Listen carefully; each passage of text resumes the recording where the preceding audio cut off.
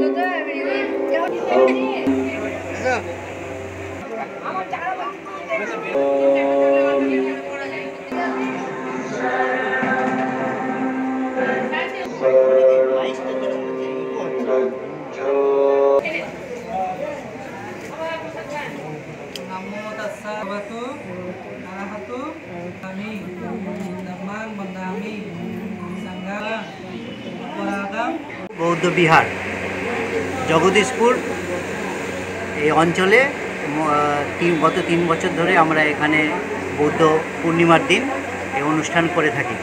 গৌতম বুদ্ধ একজন বিশ্বমানব, তাকে আমরা তার অনুগামী, তার বিচারধারা আমরা স্মরণ করে চলি। এখানে মোটামুটি ৫ থেকে ৭ হাজার লোকের খাওয়া দাওয়া এবং তারও বেশি হয়তো হতে পারে।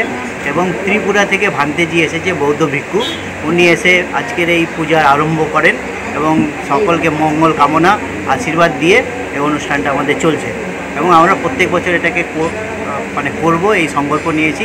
আমাদের মধ্যে যে প্রধান উদ্যোক্তা তিনি হচ্ছেন রমেন রবিদাস, তারা এখানে এসেছেন বুদ্ধর আশীর্বাদ নিতে এবং বুদ্ধর যে চিন্তাভাবনা, তার যে মঙ্গল কামনা, তার যে শীল, সেগুলোকে মেনে চলার, যেন সৎ কথা বলা, মিথ্যা কথা না বলা, চুরি না করা, পাপ না করা, এই বিষয়ে আমরা উদ্যোগী হয়ে মানুষের কাছে তার যে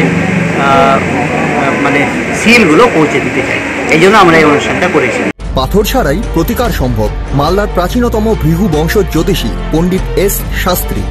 দাম্পত্য সমস্যা, বিবাহে বাধা, ব্যবসায় অবনতি, পরীক্ষায় অকৃতকার্যতা, ভাগ্য গণনা, গোষ্ঠী বিচার, ঠিকুচি গোষ্ঠী এবং মৃত্যু ছাড়া সকল সমস্যার সমাধানের জন্য যোগাযোগ করুন জগদম্বা জ্যোতিষ কেন্দ্র, বিবেকানন্দ স্কুলের পাশে, মালদা। মোবাইল 09733027832 অথবা 09332056956।